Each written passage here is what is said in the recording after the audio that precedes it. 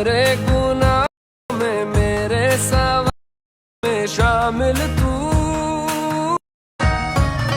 मेरे गुनाह में मेरे सवाल में शामिल तू।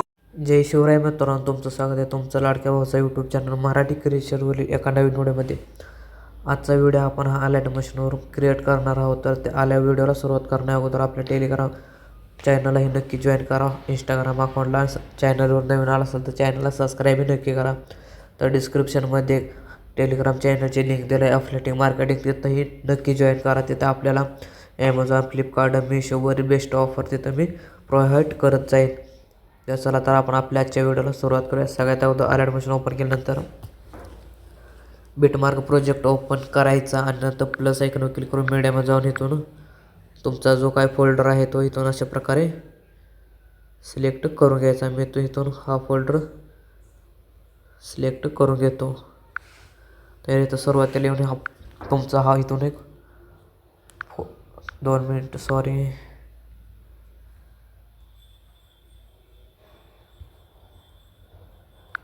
इथून सिम्पली हा फोटो क्लिक करून फिल कॉम्बिनेशन एरिया केल्यानंतर हा फोटो इथून अशा प्रकारे सेट होईल। आणि या फोटोची लेंथ लास्टपर्यंत ओढून घेतल्यानंतर हे फोटोला अशा प्रकारे खालती आणून ठेवायनंतर इथून 1.16ला हा फोटो कट करून घ्यायचा आणि या फोटोला खाली ओढून घ्यायच्यानंतर बॅग घेतल्यानंतर शेक इफेक्टमध्ये जाऊन तुम्हाला इथं एक लेअर दिसत असेल, सिम्पली यावर क्लिक करून डाब्यावर क्लिक करून कॉपी लेअर करायची आणि आपला बिटमार्क प्रोजेक्ट ओपन केल्यानंतर डाब्यावर क्लिक करून पेस्ट लेअर केल्यानंतर ह्याची पण लेंथ लास्टपर्यंत ओढून घ्यायची आणि ह्याला अशा प्रकारे इथं आणून ठेवायचं। नंतर ह्याच्यावर क्लिक करून 3 डॉटवर क्लिक करून फिल कॉम्बिनेशन एरिया केल्यानंतर हे फुल स्क्रीनमध्ये सेट होऊन जाईल। नंतर ह्याची पण लेंथ लास्ट खाली ओढून घेतलेली आहे। तर नंतर शेक इफेक्टमध्ये जाऊन इथून तुम्हाला एक इमोजीची PNG दिलेली आहे सुरुवातीला, ती पण अशा प्रकारे इथून कॉपी लेअर करून घ्यायची। नंतर बॅग घेतल्यानंतर बिटमार्क प्रोजेक्ट ओपन केल्यानंतर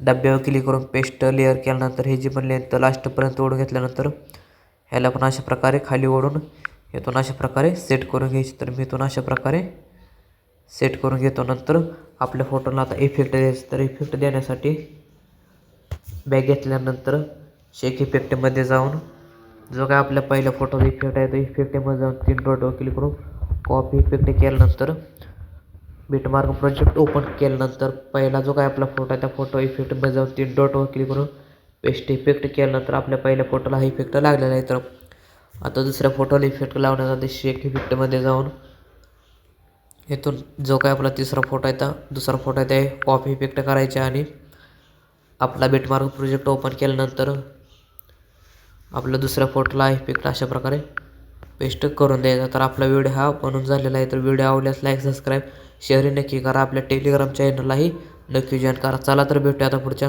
नवीन व्हिडिओमध्ये।